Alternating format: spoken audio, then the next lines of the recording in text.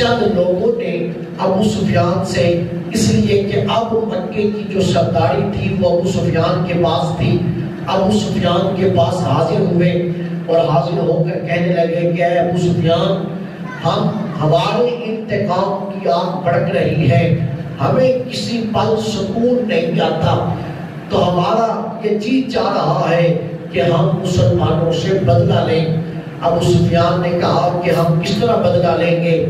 کہنے لگے کہ ہم 1000 کا لشکر تیار کریں گے، مسلمانوں کی یہ چھوٹی سی بستی ہے، ہم مسلمانوں کو خبر نہیں ہونے دیں گے، راتوں رات ہم مدینے پہنچیں گے اور یثرب کو چاروں طرف سے گھیر کے مسلمانوں کے اوپر حملہ آور ہوں گے، ہمارا ہر شخص جو ہے وہ اسلحے کے ساتھ لیس ہوگا، ہر شخص کے پاس سواری ہوگی، ہر شخص کے پاس زرہ ہوگی، ہر شخص کے پاس تلوار ہوگی، اس کے پیچھے سے چلیں گے، چاروں طرف سے گھیریں گے، اور مسلمان آج گنتی میں ہیں، آج ہم مسلمانوں کی اینٹ سے اینٹ بجا دیں گے۔ اور جو بڑے نام ان کے ذہنوں میں تھے، ان کے خیالوں میں تھے، وہ ایک نام حضرت سیدنا امیر حمزہ رضی اللہ تعالیٰ عنہ کا تھا، دوسرا نام حضرت صدیق اکبر کا تھا، تیسرا نام حضرت فاروق اعظم کا تھا، اور پھر ایک نام میرے اور آپ کی آقا مولا صلی اللہ علیہ وسلم کا تھا کہ ان کو ہم نے ملیا میٹ کر دیا، معاذ اللہ ان کو ہم نے ختم کر دیا تو اسلام کی عمارت گر جائے گی، اور ہم لوگوں کی جو انتقام کی آگ ہے جو بھڑک رہی ہے، اس کے انتقام کی آگ ٹھنڈی ہو جائے گی۔ اس خیال سے انہوں نے یہ لشکر تیار کیا۔ اور دوستو پھر ایک وجہ یہ بھی تھی کہ مسلمان بدر کے میدان کے اندر مسلمانوں نے وہ حشر نشر کیا کفار مکہ کا کہ ان کو اس بات کی خبر ہو گئی کہ مسلمان اب ایک فرد کا نام نہیں ہے بلکہ مسلمان ایک پوری ملت کا نام ہے۔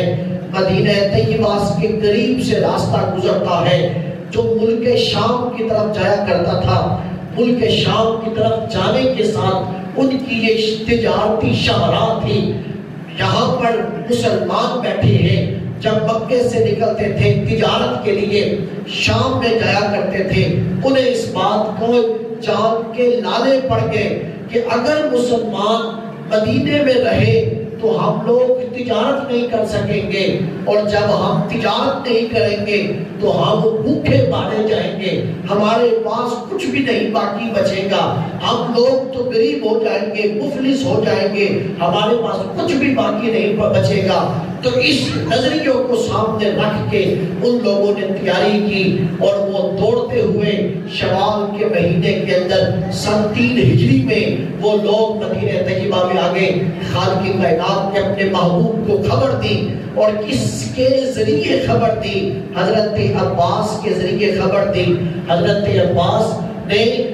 عباس نے خط لکھا کریم آقا علیہ السلام کا کہ یہ لوگ آپ کے اوپر حملے کی تیاری کر رہے ہیں۔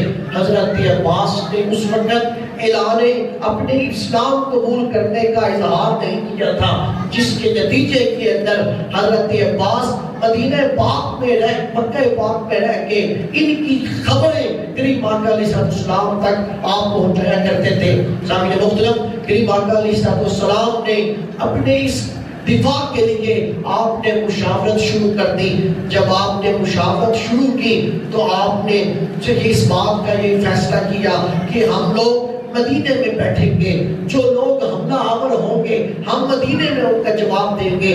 کچھ ساتھیوں نے مشورہ دیا کہ آقا یا رسول اللہ ہم مدینے سے باہر نکلتے ہیں، کھلے میدان میں جاتے ہیں، کھلے میدان میں ان کے اوپر حملہ آور ہوں گے۔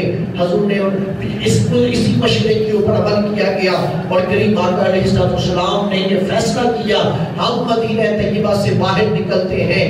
اور دوستو 3 میل کے فاصلے کے اوپر ایک میدان ہے جسے میدان احد کہا جاتا ہے، جو مشہور تھا احد پہاڑ کی نسبت سے، احد پہاڑ کی نسبت سے اسے میدان احد کہا جاتا ہے۔ اور جس وقت جس جگہ کے اوپر امام کا مصلی ہے، امام کے مصلی کے پچھلی طرف مسجد نبوی میں امام کی قبر کی طرف مدینہ طیبہ کے سامنے میں یہ احد کا میدان موجود ہے اور یہ 3 میل کا فاصلہ ہے. تو کریم آقا علیہ السلام نے یہ فیصلہ کیا کہ ہم باہر نکلتے ہیں اور باہر نکل کر ہم ان کے اپنے شہر مدینہ کا دفاع کرتے ہیں. سامعین محترم یہاں کے بعد غور کر لیں کہ اس وقت امت کے اوپر جہاد فرض ہو جاتا ہے جب اپنے شہر محفوظ نہ رہیں، جب اپنی جان محفوظ نہ رہے، جب اپنی عزت محفوظ نہ رہے تو امت کے اوپر جہاد فرض ہو جاتا ہے. آج ہم اپنے خطے کو دیکھتے ہیں، آج مسلمان کی جان محفوظ نہیں ہے، آج مسلمان کی عزت محفوظ نہیں ہے، آج مسلمانوں کے گھر محفوظ نہیں ہے، آج مسلمانوں کے شہر محفوظ نہیں ہے. آج امت مسلمہ کے اوپر جہاد فرض ہے اور یہی جہاد تھا جس کی وجہ سے امت مسلمہ صرف امت مسلمہ کے اندر ہی نہیں بلکہ دیگر مذاہب کو ماننے والے لوگ وہ بھی امن کے ساتھ زندگی گزارتے تھے. جیسے جیسے جہاد کو ختم کیا گیا ویسے ویسے دیکھیے بستیوں کی بستیاں اجاڑ دی جاتی ہیں، بستیوں کی بستیاں اکھیڑ دی جاتی ہیں، ماں کی بہن کی عزتیں محفوظ نہیں رہتی. دوستو کیوں؟ اس لیے کہ جہاد کا جذبہ ختم کر دیا گیا. وقتاً فوقتاً آج وہ وقت آ گیا کہ جہاد کا کوئی نام لے اسے دہشت گرد کہا جاتا ہے. وہ لوگ مدینہ پاک کے اوپر حملہ کرنے کے لیے آئے. کریم آقا علیہ السلام نے اعلان فرما دیا کہ لوگوں نکلو، نکل کر اپنے شہر کا دفاع کرو، اپنی عزتوں کا دفاع کرو، اپنے عقیدے کا دفاع کرو، اپنی جان کا دفاع کرو. سامعین محترم حضور کی اس آواز کے اوپر حضرت سیدنا بلال حبشی رضی اللہ تعالیٰ نے آواز دی کہ لوگوں آؤ نکلو، اللہ کا معبود تمہیں جہاد کے لیے بلا رہا ہے. جس کیفیت کے اندر تھے اسی وقت نکلے. سامعین محترم یہ کتنی تعداد کے اندر نکلے؟ کفار مکہ کی تعداد 3000 تھی، مسلمانوں کی تعداد 1000 تھی. 1000 میں سے بھی 300 منافق تھے جو نکلنے سے پہلے ہی راستے سے ہٹ گئے. پیچھے مسلمانوں کی کتنی تعداد بچی؟ پیچھے مسلمانوں کی صرف 700 تعداد بچی. سامعین محترم ایک 700 کا 3000 کے ساتھ کیا مقابلہ ہے؟ لیکن وہ لوگ اس بات کو جانتے ہیں. انہوں نے بدر کے میدان کے اندر اپنی آنکھوں سے یہ منظر دیکھا تھا کہ مسلمان اپنی عددی طاقت کے اوپر نہیں لڑتا، مسلمان اپنی جنگی ساز و سامان کے بل بوتے کے اوپر نہیں لڑتا، مسلمان لڑتا ہے تو اپنے ایمان کی کیفیت کے ساتھ لڑتا ہے. اپنی آنکھوں سے وہ یہ منظر دیکھ چکے تھے. سامعین محترم اور اس جذبے کے ساتھ نکلتے ہیں کہ 700 تھے. کسی نے نہیں کہا کہ ہم نہیں جائیں گے، بلکہ کیفیت یہ تھی کہ جب کریم آقا علیہ السلام نے اعلان فرمایا آپ نے پورے لشکر کے اوپر نگاہ ڈالی. اور دوستو یہ قانون ہے 14 سال سے کم عمر کا بچہ میدان جہاد کے اندر نہیں جا سکتا. حضور نے نگاہ ڈالی لشکر کے اوپر تو جس کو آپ نے دیکھا کہ ان کی عمریں کم ہیں حضور نے نکال دیا. حضور نے فرمایا جب تمہاری عمریں مکمل ہوں گی پھر میدان جہاد میں آنا. لیکن دوستو دیکھیے سامورہ بن جندب رضی اللہ تعالیٰ عنہ جو ہے وہ کم عمری کی وجہ سے جہاد میں شرکت کی اجازت نہ ملی. حضرت ان کے ساتھ ایک صحابی تھے جنہیں رافع کہا جاتا تھا. وہ رافع اپنے ستیلے باپ کے پاس گئے جن کا نام مرغ بن سلام تھا. کہنے لگے کہ حضور نے حضرت سامورہ بن جندب کو اجازت، رافع کو اجازت مل گئی ہے لیکن مجھے اجازت نہیں ملی جبکہ میں طاقت میں زیادہ ہوں. سامعین محترم چھوٹی سی عمر ہے، 14 برس سے کم عمر ہے جس کی وجہ سے میدان میں جانے کی اجازت نہیں مل رہی. 14 سال سے آپ 14 سال کا کوئی بچہ دیکھ لیں آپ کو دکھائی دے گا. ان کی کہنے لگے کہ میں طاقت میں زیادہ ہوں، آپ میری کشتی کروا لیں. حضور کے سامنے جائیں اور کہیں کہ کشتی کروا لیں آقا یا رسول اللہ. حضور نے ان دونوں کے درمیان کشتی کروائی. جب کشتی کرواتے ہیں حضرت رافع جیت جاتے ہیں. سامعین محترم, جب حضرت رافع جیتے حضور نے دونوں کو طلب فرمایا. رحمت عالم نے دونوں کو جانے کی اجازت دے دی. دوستو یہ چھوٹی سی عمر ہے, 14 برس بھی پورے نہیں ہے. جب تک حضرت ضیاء الرحمت نے لکھا, جب تک قوم کے ان چھوٹے چھوٹے بچوں کے اندر جہاد کا یہ جذبہ موجود تھا, اس وقت تک امت مسلمہ کیسر و کسریٰ کے تاج کو اٹھا کے وہ کھیڑ دیتے تھے. کیسر و کسریٰ کے تخت و تاج ان کے قدموں کو چوما کرتے تھے. اور جب سے یہ جذبہ ختم ہوا, اب زمانہ بدل گیا, زمانے کی گردشیں بدل گئی. اب حال یہ ہے کہ کسی طرف بھی نگاہ اٹھا کے دیکھو تمہیں مسلمان ہی مغلوب نظر آئیں گے, اغیار غالب ہی نظر آئیں گے. اب ہم یہ تو 14 برس سے تھے, 14 برس کی کم عمر تھی. اب ہمارے ہاں 50 برس کی عمر ہو جائے, 60 برس کی عمر ہو جائے, جہاد کے بھی نام سے واقف نہیں, جہاد کی شرائط کا بھی نہیں پتا ہوگا. سامعین محترم, کریم آقا علیہ السلام اس لشکر کو لے کے آپ نکل پڑتے ہیں. دوستو وقت اجازت نہیں دیتا کہ میں آپ کو ساری باتیں سناؤں, لیکن آپ اس کو پڑھ کے دیکھیں, آپ لوگوں کا ایمان تازہ ہو جائے گا. ان لوگوں نے کس انداز کے ساتھ اپنی جانوں کے نذرانے دیے. چند ایک مثالیں, چند ایک باتیں سناتا ہوں. سامعین محترم, ایک نام اگر میں آپ کو لوں جس کا نام حضرت عبداللہ ابن جاش رضی اللہ تعالیٰ عنہ تھا. حضرت عبداللہ بن جاش, جس وقت یہ جنگ لگی, بدھ کا دن تھا, کفار مکہ آئے, جمعرات وہاں رہے, جمعہ وہاں رہے, ہفتے کا دن تھا. سامعین محترم, صبح کو جنگ لگنی ہے. مغرب کی نماز حضور نے ظہر کی نماز مسجد نبوی میں پڑھی, ظہر کی نماز پڑھ کے آپ نکلے, عصر کی نماز آپ نے راستے میں پڑھی, مغرب کی نماز اور عشاء کی نماز آپ نے احد کے میدان میں پڑھی, پھر صبح فجر کی نماز بھی احد کے میدان میں ہوئی. حضرت عبداللہ ابن جاش نے حضرت سعد بن ابی وقاص سے کہا کہ اے میرے بھائی, صبح جنگ لگنی ہے تو کیوں نہ اس طرح کریں, ہم لوگ نکل پڑیں اور ایک کونے میں چلے جائیں, بڑی مبارک رات ہے, آؤ ہم دعا مانگے. جذبہ جہاد بھی دیکھیے گا اور جذبہ شہادت بھی دیکھیے گا. حضرت عبداللہ ابن جاش نے کہا, ساتھ پہلے تم دعا مانگو, پھر میں آمین کہوں گا, پھر میں دعا مانگوں گا, تم آمین کہنا. حضرت سعد نے دعا کے لیے ہاتھ اٹھائے. حضرت سعد کہنے لگے, میں نے دعا مانگی اور میں نے کہا کہ پروردگار عالم, آج کی رات گزرے گی, کل جو ہے وہ جنگ کا آغاز ہو جائے گا. میں کہتا ہوں میرے مولا, میں تیری بارگاہ میں یہ عرض کرتا ہوں کہ میرا مقابلہ کسی طاقتور سے کرا, میں اس کو قتل کر دوں, میں اس کے اوپر قبضہ کر لوں, میں اس کا مال غنیمت رکھ لوں, اللہ مجھے فتح عطا فرما. حضرت عبداللہ بن جاش نے جو ہے وہ دعا کے اوپر اس دعا پہ آمین کہا. پھر حضرت سعد بن وقاص نے کہا, اب آپ دعا مانگیے. حضرت عبداللہ ابن جاش کی دعا سنیے.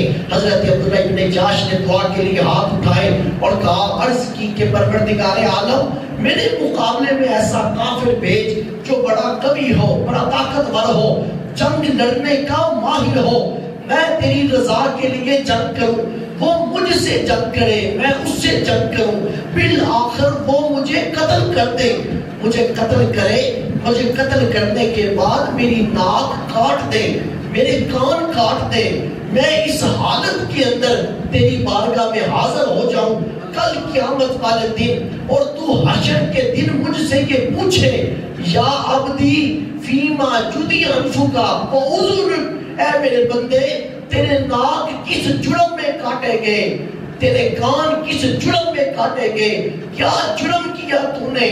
تو میں یہ کہوں کہ مولا فی کا وفی رسولی کا, مولا تیری محبت میں, تیرے رسول کی محبت میں اپنی جان دے کے آ رہا ہوں, اپنا ناک کٹوا کے آ رہا ہوں, اپنے کان کٹوا کے آ رہا ہوں, صرف اس لیے کہ فی کا وفی رسولی کا, تیرے پیار میں, تیرے رسول کے پیار میں. اور تو اس وقت سارے بندوں میں یہ ہوئے کہے کہ میرے بندے تو نے سچ کہا ہے، تو نے حقیقت پہ بات کی ہے، تو نے سچ کہا۔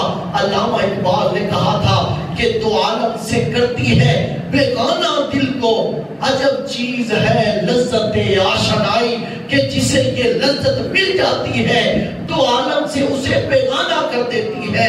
ایک کیسی بات تھی، کہ کیسا جذبہ شہادت تھا۔ اور دوستو پھر دیکھیے حضرت عبداللہ ابن جاش کا حضرت امیر حمزہ کے ساتھ تعلق یہ تھا کہ ماموں کے بیٹے تھے۔ حضرت عبداللہ ابن جاش تلوار در کے ساتھ تو جو ہے وہ آپ جنگ کر رہے ہیں، تلوار ٹوٹ جاتی ہے۔ تلوار ٹوٹی، کملی والے کی بارگاہ میں آگے آ کر عرض کرنے لگی آقا یا رسول اللہ تلوار ٹوٹ گئی ہے، میرے پاس تلوار نہیں ہے۔ کریم آقا علیہ السلام نے اس وقت آپ نے ٹہنی توڑی، ٹہنی توڑ کے کہا عبداللہ ابن جاش جاؤ جا کے اسی کے ساتھ جنگ لڑو۔ دوستو عبداللہ ابن جاش کا یہ عقیدہ تھا، یہ نہیں کہا آقا سامنے والے کے پاس تو تلوار ہے، آپ مجھے ٹہنی دے رہے ہیں، یہ نہیں کہا۔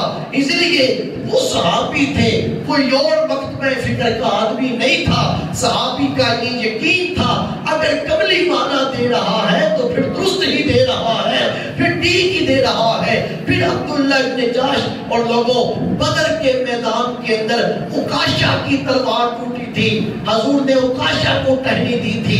احد کے میدان میں عبداللہ ابن جاش کی تلوار ٹوٹی تھی، حضور نے ٹہنی دی تھی۔ عکاشہ بھی اسی ٹہنی سے یوں ہی لڑتے رہے جیسے تلوار کے ساتھ لڑا جاتا ہے۔ عبداللہ ابن جاش بھی اسی ٹہنی کے ساتھ یوں ہی لڑتے رہے جیسے تلوار کے ساتھ لڑا جاتا ہے، کہ اس ٹہنی کے اندر ہی خالق ارض و سامان تلوار جیسی طاقت رکھتی تھی۔ انہیں اس بات کا خوف ہی نہیں تھا کہ ہمارے ہاتھوں میں ٹہنی ہے، سامنے والوں کے ہاتھ میں تلوار ہے، مر جائیں گے نہیں۔ اس لیے کہ انہیں اس بات کا پتہ ہے۔ علامہ نے کہا شہادت ہے مطلوب و مقصود مومن، نہ مال غنیمت نہ کشور کے شائی، کہ مومن کو اس بات کی آرزو ہی نہیں اس کے ہاتھ میں کیا ہے یا کیا نہیں ہے۔ مومن کی ایک ہی آرزو ہے کہ شہادت ہے مطلوب و مقصود مومن، مومن کی مطلوب، مومن کا مقصود صرف شہادت ہے، نہ مال غنیمت نہ کشور کی چھائی، نہ مال غنیمت کا کوئی فرض ہے، نہ مال غنیمت کی آرزو ہے، نہ کشور کی شائی کی آرزو ہے۔ اور پھر دیکھیے کریم آقا علیہ السلام نے آپ نے تلوار نکالی، تلوار نکال کے آپ نے ارشاد فرمایا کہ کون ہے جو اس تلوار کا حق ادا کرے گا۔ صحابہ نے عرض کی کہ یا رسول اللہ اس تلوار کا حق کیا ہے؟ حضور نے ارشاد فرمایا اس تلوار کا حق یہ ہے کہ اتنا چلایا جائے، اس کو اتنا چلایا جائے کہ یہ تلوار ٹیڑھی ہو جائے۔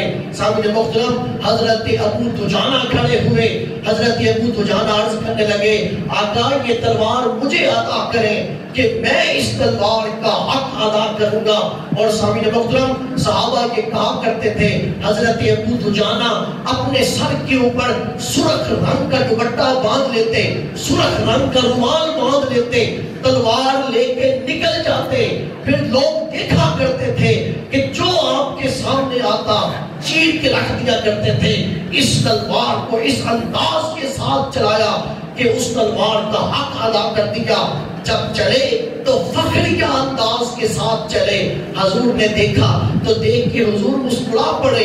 حضور نے فرمایا کہ یہ چال، یہ فخریہ انداز کے ساتھ چلنا یہ اللہ کو پسند نہیں ہے، یہ چال اللہ کو پسند نہیں ہے۔ لیکن ایسے موقع کے اوپر جب کوئی چلتا ہے تو خالق کائنات بھی پسند کرتا ہے، جب دشمن کے مقابلے میں نکلتا ہے تو اللہ بھی پسند کرتا ہے۔ بالکل اسی طرح جس طرح کعبے کا طواف کیا جاتا ہے، پہلے 3 چکر سینہ تان کے لگائے جاتے ہیں، پوری روئے زمین کے اوپر چلا جاتا ہے، اس لیے اسی انداز سے کہ اکڑ کے مت چلو ولا تمشی فی الارض مرحا، اکڑ کے مت چلو۔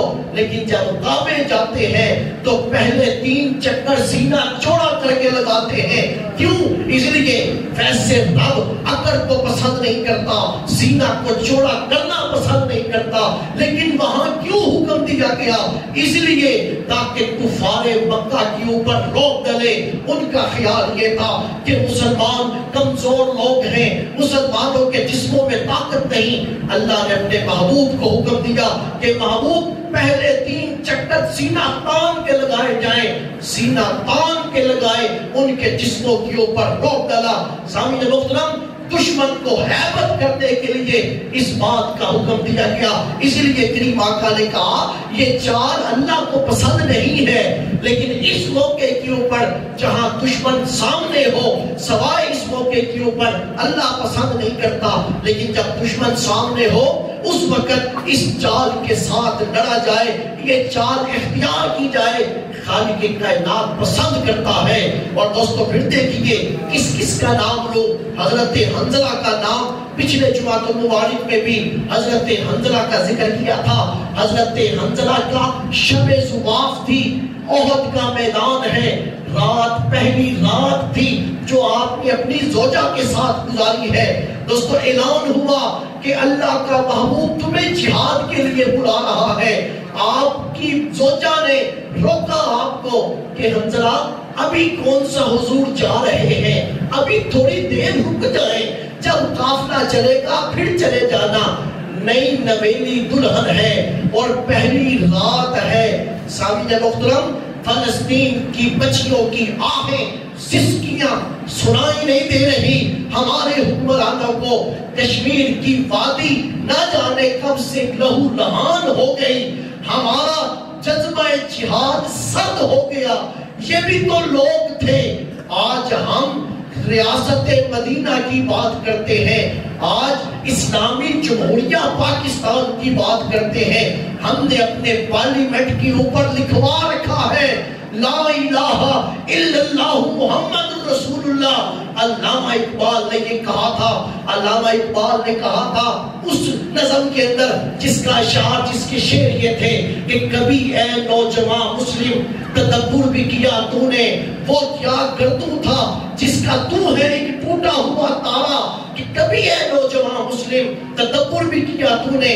اس پورے کلام کے اندر آپ کا یہ شعر ہے۔ علامہ کہتے ہیں کہ تجھے اپنے آبا سے کوئی نسبت ہو نہیں سکتی، تجھے اپنے آبا سے کوئی نسبت ہو نہیں سکتی۔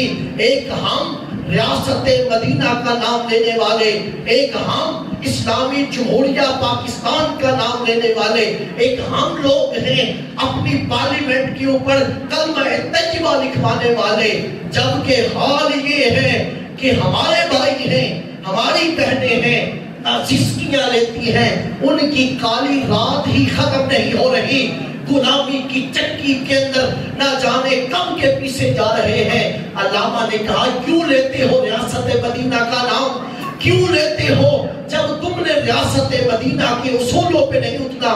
علامہ نے کہا تجھے اپنے آبا سے کوئی نسبت ہو نہیں سکتی۔ کیوں نہیں ہو سکتی؟ اس لیے کہ تو گفتار وہ کردار، تو ثابت وہ ستارہ، تو صرف بول سکتا ہے، انہوں نے کردار کے ساتھ ثابت کیا۔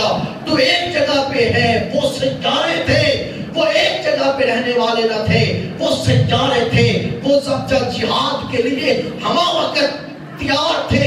یہی وجہ تھی۔ آپ اس کو دیکھیں، حضرت حنظلہ نے اتنا بھی گوارا نہ کیا کہ غسل جنابت کروں گا تو تاخیر ہو جائے گی، آپ نکل پڑے۔ سوچا کہنے لگی کہ ایک پہلی رات ہے، نئی نویلی دلہن ہے، ابھی کچھ دیر کے بعد چلے جانا۔ سامعین محترم، حضرت حنظلہ کہنے لگے کہ نہیں، اگر زندگی نے وفا کی تو تیرے ساتھ زندگی کی بہاریں دیکھوں گا، زندگی نے وفا نہ کی، میرے سر پہ شہادت کا صحرا سج گیا، تیری میری ملاقات پھر جنت کے اندر ہوگی۔ حضرت حنظلہ یہ کہہ کے آج کسی میں ہے کوئی جذبہ، آج کوئی ہے یہ اس کامل جذبے کا کوئی امین آج دکھائی دے گا؟ کوئی دکھائی نہیں دے گا کہ رات پہلی ہو، شادی کی نئی نویلی دلہن ہو، پہلی رات ہو، ادھر فلسطین کی بچی پکار کے کہے کوئی ہے جو سر پہ کفن باندھ کے آ جائے، اپنی جان ہتھیلی پہ رکھ کے آ جائے. ہمارے 57 ممالک کے مسلمان حکمران کوئی ہے جو دکھائی دے گا؟ کچھ دکھائی نہیں دے گا. تابعین محترم، حضرت حنظلہ نکلے. کیفیت یہ کہ جس وقت آپ نکلتے ہیں، حضرت حنظلہ جہاد کے لیے چلے گئے، احد کے میدان میں چلے گئے. پیچھے آپ کی زوجہ نے خاندان کے چند لوگوں کو اکٹھا کیا، چند بیویوں کو، چند لوگوں کو اکٹھا کیا. کیوں اکٹھا کیا؟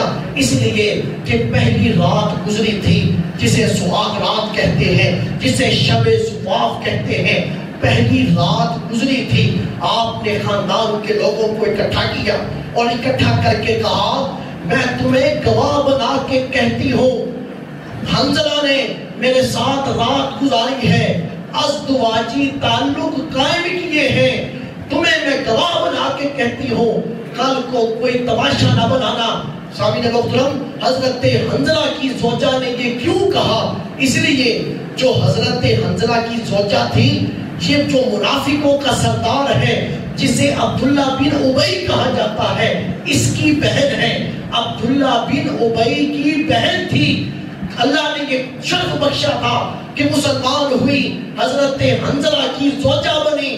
انہیں پتا تھا کہ میرا بھائی بدبخت ہے، اگر یہ صدیقہ کائنات سیدہ عائشہ صدیقہ پہ الزام لگا سکتا ہے تو یہ میرے پہ بھی الزام لگا سکتا ہے. آپ نے اپنے خاندان کے چند لوگوں کو اکٹھا کر کے کہا کہ گواہ رہنا، حنظلہ کی پہلی رات تھی، حنظلہ نے میرے ساتھ ازدواجی تعلق قائم کیا ہے، کل کو کوئی تماشا نہ بنے، اس لیے میں تمہیں گواہ بناتی ہوں. حضرت حنظلہ کی زوجہ سے انہوں نے کہا کہ تو یہ کیوں کہہ رہی ہے؟ ابھی تو وہ جنگ کے لیے گیا ہے، کیا پتا بچ کے واپس آ جائے. حضرت حنظلہ کی زوجہ نے کہا کہ نہیں، مجھے یوں لگتا ہے حنظلہ کے سر پہ شہادت کا صحرا سجے گا. اس نے کہا کہ تو اس یقین سے کیوں کہتی ہو؟ تو وہ کہنے لگی کہ میں نے یہ منظر دیکھا ہے کہ آسمان کا دروازہ کھلا ہے، آسمان کا دروازہ کھلا، حنظلہ آسمان کے دروازے میں داخل ہو گیا، اس کے بعد پھر آسمان کا دروازہ بند ہو گیا، اس کے بعد پھر دروازہ نہ کھلا نہ حنظلہ باہر آیا. مجھے یقین ہے اس کی تعبیر یہی ہے کہ حنظلہ شہادت کے رتبے پہ فائز ہوگا، اس کے لیے آسمانوں کے دروازے کھل گئے، اس کے لیے جنت کے دروازے کھل گئے ہیں. اب حنظلہ میرے پاس پلٹ کے واپس نہیں آئے گا. سامعین محترم، اور پھر وہی ہوا. حضور نے فرمایا جاؤ لاشیں اکٹھے کرو. جب لاشیں اکٹھے کیے گئے، حنظلہ کا لاشا نہ ملا. حضور سے عرض کی گئی آقا حنظلہ کا لاشا نہیں ہے. حضور نے نگاہ اٹھا کے دیکھا تو آپ نے فرمایا حنظلہ غسل کیے بغیر ہی آ گیا تھا، اور حنظلہ کو خدا کے فرشتے اٹھا کے لے گئے اور رب کے آسمان کے اوپر اسے غسل دیا جا رہا ہے. سامعین محترم، اسی لیے آپ کو غسیل ملائکہ کہا جاتا ہے. اور پھر پہلی رات گزاری تھی، ازدواجی تعلق قائم کیا تھا. جو بیٹا پیدا ہوا اس کا نام عبداللہ تھا، حضرت عبداللہ ابن حنظلہ نام تھا. اس لیے آپ نے اپنی برادری کے لوگوں کو اکٹھا کیا کہ کل کو کوئی تماشا نہ بنے. اور دوستو پھر وقت کی آپ یہ دیکھیں، وقت وَتِلْكَ الْأَيَّامُ نُدَاوِلُهَا بَيْنَ النَّاسِ، وقت کو دیکھیں کس طرح پھرتا ہے. پھر اللہ نے وہ کام لیا. حضرت حنظلہ کا بیٹا ہے عبداللہ ابن حنظلہ، جب وہ پیدا ہوتا ہے اللہ نے کام لیا. جس وقت یزید نے مدینہ طیبہ کے اوپر حملہ کیا، اس وقت یزید کے خلاف مدینہ طیبہ میں علم بغاوت بلند کرنے والوں میں جو پہلا نام تھا وہ اسی حضرت عبداللہ ابن حنظلہ کا نام تھا. سامعین محترم، آپ اس وقت یزید کے مقابلے میں ڈٹ کے کھڑے ہو جاتے ہیں. جذبہ شہادت اور جذبہ جہاد اس انداز کے ساتھ تھا. اس کے علامہ نے کہا تجھے اپنے آبا سے کوئی نسبت ہو نہیں سکتی، تو گفتار وہ کردار، تو صرف بولنے کی مشین ہے، تو بس باتیں کر سکتا ہے. انہوں نے اپنی باتوں نہیں صرف اور صرف زبان سے اقرار نہیں کیا بلکہ اپنے کردار سے کر کے دکھایا. تو ثابت و سجارہ. علامہ اپنے شعر میں لکھتے ہیں کہ گواہ دی ہم نے جو اسلاف سے میراث پائی, ہم نے وہ میراث ہی گواہ دی جو اپنے بزرگوں سے پائی تھی. سوریا نے آسمان سے زمین پہ دے مارا, ہمیں آج ہم زمین کے اوپر ہمیں پٹک دیا گیا. آج یہ کیفیت ہے لوگوں, یہ تو مرد تھے. آؤ تمہیں میں ایک خاتون کی بھی بات سنا دوں. ایک خاتون جس وقت جنگ مکمل ہو گئی, اس جنگ کے اندر, احد کی جنگ کے اندر اس بات کا مغالطہ ڈالا گیا کہ حضور شہید ہو گئے, حضور کو شہید کر دیا گیا. مسلمانوں کے حوصلے ٹوٹ گئے. مسلمانوں کے حوصلے ٹوٹے تو کسی کہنے والے نے کہا لوگوں کیوں جاتے ہو میدان جنگ سے؟ انہوں نے کہا جب حضور ہی نہیں رہے تو ہم کس کے لیے لڑیں؟ اس نے کہا جب حضور ہی نہیں رہے تو پھر حضور کے بغیر زندہ رہ کے کرو گے کیا؟ جب حضور نے اپنی جان اس مقصد کے لیے دے دی ہے تو آؤ تم بھی اترو میدان میں, تم بھی اپنی جان دے دو. سامنے محترم, یہ مغالطہ ڈالا گیا تھا کہ حضور شہید کر دیے گئے. لوگوں خاتون کی بات سناؤں, ایک خاتون کی بات, دو خاتون کی بات سناتا ہوں. ایک کا نام ہمنا تھا. ہمنا سے کہنے لگے حضور فرمانے لگے ہمنا اپنی جدائی کے اوپر رب سے اجر مانگنا. عرض کی یا رسول اللہ کون جدا ہو گیا؟ حضور نے ارشاد فرمایا تیرا ماموں شہید ہو گیا. کون سے ماموں؟ حضرت ہمنا, ایک خاتون ایک ہی ہے. آقا یا رسول اللہ کس کے اوپر رب سے اجر مانگوں, کس کی شہادت پہ رب سے اجر مانگوں؟ حضور نے فرمایا تیرا ماموں حمزہ ابن عبد المطلب شہید ہو گئے. عرض کی آقا یا رسول اللہ انا للہ و انا الیہ راجعون غفر اللہ عینہ شہادہ. میں دعا کرتی ہوں اللہ میرے ماموں حمزہ ابن عبد المطلب کی شہادت کو قبول کرے. پھر آپ نے کہا پھر اللہ سے اجر مانگ. آقا اب کس کی شہادت پہ اجر مانگو؟ عرض کی حضور نے ارشاد فرمایا اخو کا عبداللہ ابن جاش. ہمنا تیرا بھائی عبداللہ ابن جاش بھی جام شہادت نوش کر گیا ہے. ایک ہی خاتون, ماموں گیا, بھائی چلا گیا, عبداللہ ابن جاش. پھر بھی کہنے لگی آقا میں دعا کروں گی ہنی اللہ شہادہ, اللہ میرے بھائی کی شہادت کو قبول کرے. وہی خاتون ہے. پھر حضور نے فرمایا, آپ نے فرمایا ہمنا ایک اور شہادت پہ اللہ سے اجر مانگ. عرض کی آقا اب کون ہے؟ حضور نے فرمایا ہمنا تیرا خامند حضرت مصعب بن عمیر بھی شہادت کا جام نوش کر گیا ہے. سامنے محترم آپ کی لانکیوں پر پھر وہی جملہ ہنی اللہ شہادہ, اللہ میرے خامد کی شہادت کو بھی قبول کرے. لوگوں کہاں سے ڈھونڈ کے لاؤ گے یہ مائیں, کہاں سے ڈھونڈ کے لاؤ گے خاتون؟ علامہ نے کہیں کہا تھا کہ یہ مسلمان نہیں خاک کا ڈھیر ہے. آج تو خاک کا ڈھیر ہی دکھائی دے رہا ہے. پھر آپ نے ایک خاتون سے کہا, خاتون کسی آپ فرمانے لگے اے خاتون تیرا والد اس دنیا سے چلا گیا, شہید ہو گیا.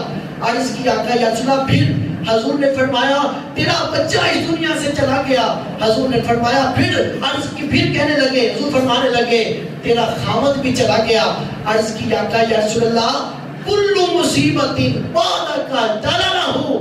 آقا یا رسول اللہ آپ صحیح سلامت ہیں, اس کے بعد جو مرضی چلا جائے مجھے کوئی فکر نہیں ہے, جو مرضی چلا جائے. میں اپنی طرف سے تو باتیں نہیں کر رہا, یہ میرے سامنے کتاب پڑھی ہے.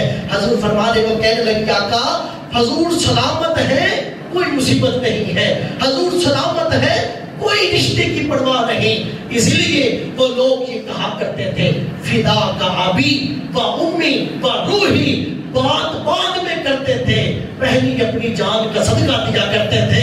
میری جان قربان, میری ماں قربان, میرا باپ قربان, میری آبرو قربان. سامعین محترم یہ جذبہ شہادت یہ خاتون کی بات ہے جس کی گود سے مجاہد نکلتے تھے, آج خاتون کہاں بیٹھی ہے؟ آج خاتون ڈراموں کے سامنے بیٹھی ہے، آج خاتون کہاں بیٹھی ہے؟ بے پردگیوں میں بیٹھی ہے۔ آج نتیجہ یہ ہے، نہ کشمیر کی بیٹیوں کی آواز آ رہی ہے، نہ فلسطین کی بیٹیوں کی آواز آ رہی ہے۔ شہر کے شہر تباہ ہو رہے ہیں، کوئی پرواہ نہیں ہے۔ جو کچھ کرنا چاہتے ہیں وہ کچھ کر نہیں سکتے، اور جو کر سکتے ہیں ان کے کانوں کے اوپر ایک چونٹی بھی نہیں ریگتی، ان کو یہ آوازیں ہی نہیں آ رہی ہیں۔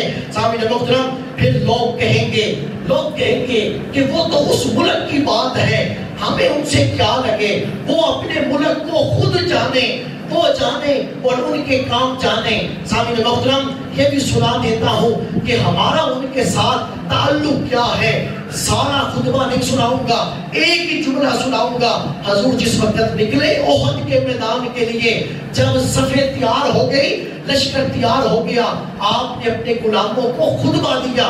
اس خطبے کے اندر آپ نے یہ جملہ بولا، حضور نے فرمایا وَالْمُؤْمِنُ مِنَ الْمُؤْمِنِينَ كَالرَّأْسِ مِنَ الْجَسَدِ، کہ ایک مومن کا دوسرے مومن کے ساتھ تعلق اس طرح ہے جس طرح جسم کا تعلق سر کے ساتھ ہے۔ سر ہے تو جسم ہے، جسم سر نہیں ہے تو جسم نہیں ہے۔ آپ نے فرمایا کالرأس من الجسد والمؤمن من المؤمنین، کہ ایک مومن کا دوسرے مومن کے ساتھ تعلق سر اور در جیسا ہے، دونوں ایک دوسرے کے ساتھ رہ سکتے ہیں، ان میں سے ایک بھی کٹ جائے رشتہ ختم، تعلق ناتا ختم ہو جاتا ہے۔ ہمارا ان کے ساتھ یہ رشتہ ہے۔ اس لیے دوستو، علامہ نے کہا تھا اخوت اس کو کہتے ہیں کہ چبھے جو کانٹا کابل میں تو ہندوستان کا ہر پیر و جوان بے تاب ہو جائے۔ آج یہ وقت ہے، آج یہ کیفیت ہے۔ آج ہمارے حکمران، پوچھئے عمان کے لوگوں سے، قطر کے لوگوں سے پوچھئے، UAE کی جو متحدہ عرب امارات سعودیہ کے بادشاہوں سے پوچھئے، کس شے کی کمی ہے؟ ہمیں ہمارے ملک کی تو بات ہی چھوڑیں، ہمیں تو انہوں نے ایسا نکارا کیا کہ کچھ بھی نہیں ہمارے پاس۔ جن کے پاس ہے پوچھئے ان سے، آپ جو لوگ باہر رہ کے آتے ہیں پوچھئے، وہ کہیں گے ہم نے ان جیسا نمازی کوئی نہیں دیکھا، ہم نے ان جیسا روزہ کھلوانے والا کوئی نہیں دیکھا، ہم نے ان جیسا رشتوں کو نبھانے والا کوئی نہیں دیکھا۔ سامعین محترم، کیا نمازیں پڑھنا ہی دین تھی؟ کیا روزے رکھنا ہی دین تھی؟ کیا صدقہ خیرات کرنا ہی دین ہے؟ لوگوں، ہند کے اندر، کشمیر کے اندر، فلسطین کے اندر بیٹیاں جو ہے وہ سسکیاں لیتی رہے، ان کی عزتیں لٹتی رہے، کیا کرو گے ان نمازوں کا تم لوگ؟ کیا جواب دو گے؟ حضور نے فرمایا تھا کہ ایک وقت آئے گا جب وہن کی بیماری لگے گی۔ عرض کیا کہ یہ کیا ہے وہن کی بیماری؟ حضور نے فرمایا ایک وقت آئے گا تمہیں زندگی سے پیار ہوگا، موت سے ڈرنے لگو گے۔ آج وہ وقت آ گیا۔ صحابہ بڑے حیران ہوئے، کہنے لگے آقا یا رسول اللہ، کیا یہ ہمارے پاس، ہم جو کہتے ہیں زندگی سے پیار ہوگا، ہمارے پاس قوت نہیں ہوگی، عددی طاقت نہیں ہوگی؟ حضور نے فرمایا تعداد ہزاروں میں نہیں، لاکھوں میں نہیں، کروڑوں میں نہیں، تم لوگ اربوں میں ہوں گے۔ عرض کی کیا پھر ہمارے پاس اسلحہ نہیں ہوگا؟ حضور نے فرمایا اسلحے کے ڈھیر ہوں گے۔ آج کیا ہم ایٹمی طاقت نہیں ہے؟ آج کیا ہم لوگ لاکھوں میں نہیں، کروڑوں میں نہیں، اربوں میں نہیں ہیں؟ آج ہمارے پاس مال و زر کے ذخائر نہیں ہیں، سب کچھ ہے، لیکن کیا ہے؟ حضور نے فرمایا زندگی سے پیار ہوگا، موت سے تمہیں ڈر لگنے لگے گا۔ دوستو، 150 سال پیچھے چلے جاؤ، بر صغیر میں مسلمانوں کی حکومت تھی، ہم لوگ اندلس کے اندر مسلمانوں کی حکومت تھی۔ 150 سال کے اندر وہ لوگ یہ سمجھ گئے کہ یہ مسلمان جنگوں سے ہمارے قابو میں آنے والا نہیں ہے۔ کہیں جو ہے وہ ہمیں خالد بن ولید ہے، کہیں طارق بن زیاد ہے، سامعین محترم، کہیں صلاح الدین ایوبی ہے، کہیں ٹیپو سلطان ہے، کہیں کوئی ہے اور کہیں کوئی ہے۔ انہوں نے یہ فیصلہ کر لیا کہ ان کے دلوں سے ایمان نکالو اور بغیر جنگ لڑے نکالو ان کے دلوں سے ایمان۔ جب تک ایمان رہے گا ہم لوگ ان کے اوپر کبھی قابو نہیں پا سکتے۔ ایمان انہوں نے کیسے نکالا؟ ایمان اسی انداز سے نکالا کہ وہ فاقہ کش مسلمان موت سے ڈرتا نہیں، ذرا روح محمد اس کے کے بدن سے نکال دو. حضور کا پیار نکالا, کہیں مرزا قادیانی کی صورت کے اندر نکالا گیا, کہیں دیوبندیت کی, کہیں وہابیت کی صورت کے اندر مسلمانوں کے سینوں سے حضور کا پیار نکال دیا گیا. اور سامعین محترم 150 سال سے کوشش کر رہے ہیں.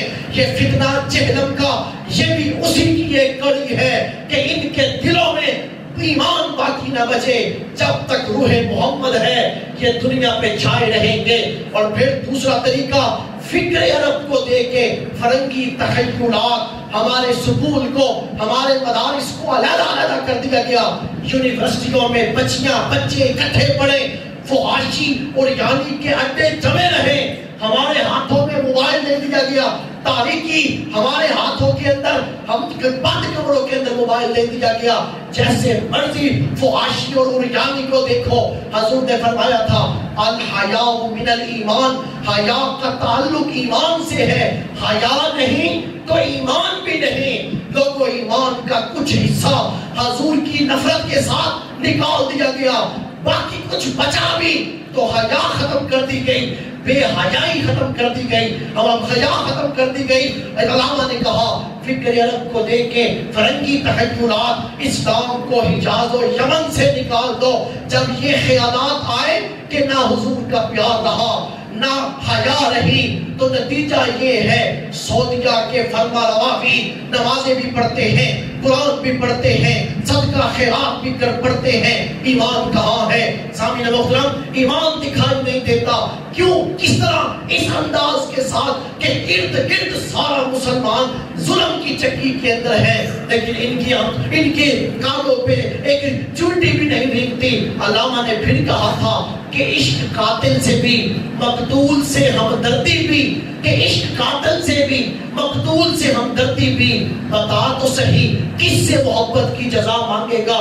پھر علامہ نے پھر کہا تھا خالق کو سجدہ بھی ابلیس سے یرانا بھی. خالق کو بھی سجدہ کرتے ہو, ابلیس سے یاریاں بھی نبھاتے ہو.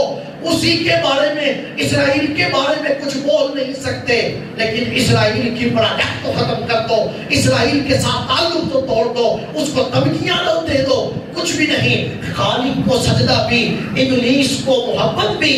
بتا حشر میں کس سے اپنی جزا مانگے گا؟ کیا جواب دو گے؟ خالق کو سجدہ بھی کرتے ہو, ابلیس سے جاریاں بھی نبھاتے ہو, قاتل سے بھی تم عشق کرتے ہو, مقتول سے ہمدردی بھی رکھتے ہو.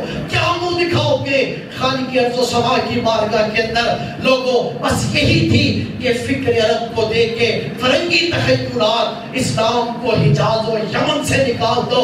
آج فرنگی تخیلات ہیں, مدینے کی پاک بستی ہے, ننگی لڑکیاں ناچتی شووں میں دکھائی دیتی ہے. آج اسلام پاکستان اسلامی جمہوریہ ہے, اس کے سٹیج کے اوپر کیا کچھ دکھا جا رہا ہے.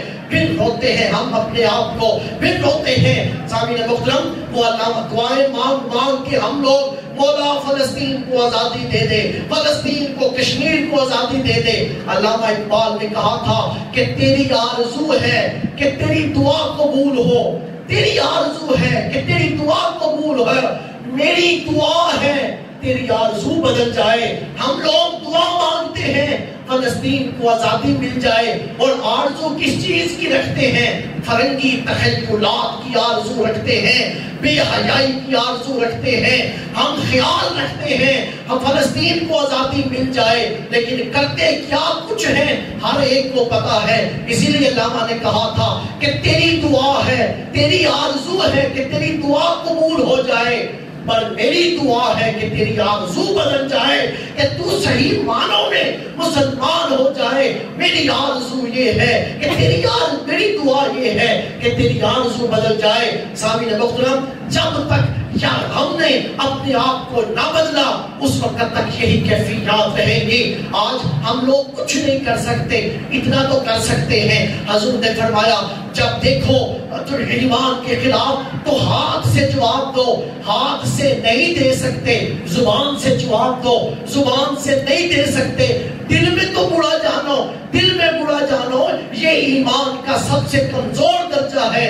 سامعین محترم، آج اسرائیل سے نفرت تو اس انداز سے کر لو کہ اس کی مصنوعات کا بائیکاٹ تو کرو۔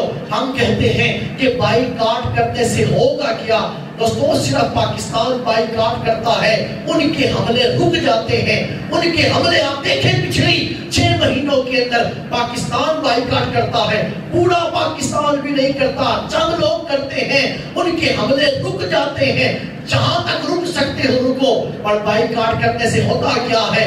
حضور نے خیبر کو جب آپ نے چاروں طرف سے گھیر لیا، اندر آپ نے کچھ نہ جانے دیا تاکہ اندر کوئی جو ہے وہ طاقت نہ جائے، آپ نے جو ہے وہ ان لوگوں کو کفار مکہ کو کس طرح کمزور کیا، ان کی تجارتی شراکت کے اوپر ہاتھ رکھ لیا، وہ لوگ کمزور ہو گئے۔ اپنی مثال دیکھ لو، ہم لوگ ذوالفقار علی بھٹو نے ایٹمی طاقت شروع کی بنانی، ادھر سے ان لوگوں نے پاکستان کو کنگال کرنا شروع کر دیا۔ آج وہ وقت ہے، ہم معاشی طور پہ کمزور نہیں ہیں، جس کا نتیجہ یہ ہے کہ ہم کسی کی آنکھوں میں آنکھیں ڈال کے بات ہی نہیں کر سکتے۔ ان لوگوں نے ہمیں پہلے معاشی طور پہ کمزور کیا، جگہ جگہ ہم نے قرضے دینے ہیں، کہیں چین کے، کہیں سعودیہ کے، کہیں IMF کے، ہم لوگ آنکھوں میں آنکھیں ڈال کے بات ہی نہیں کر سکتے۔ ہمیں انہوں نے تجارتی طور پہ کمزور کیا، ہم نہیں ان لوگوں کو کر سکتے۔ سامعین محترم، اس لیے اتنا تو جذبہ رکھو، اتنی تو کیفیت رکھو، ان لوگوں سے نفرت کرو، جو کچھ کر سکتے ہو دعائیں مانگو، نفل پڑھو، نہ جانے کس کے سجدے کے اندر، نہ جانے کس کی دعا کے اندر، اور نہ جانے کس کی کوشش کے اندر اللہ برکت ڈال دے، اور اس پورے خطے کو اللہ پھر سے آزادی دے دے، اور اسلام جو 150 سال پہلے ہر جگہ کے اوپر اسلام دکھائی دیتا تھا، صرف دکھائی نہیں دیتا تھا بلکہ اسلام پوری طرح غالب دکھائی دیتا تھا۔ امید ہے پھر وہ وقت آئے گا کہ اللہ تعالیٰ اسلام کو پھر سے غلبہ عطا کرے گا۔ اللہ ہمیں سمجھنے کی عمل کی توفیق عطا فرمائے۔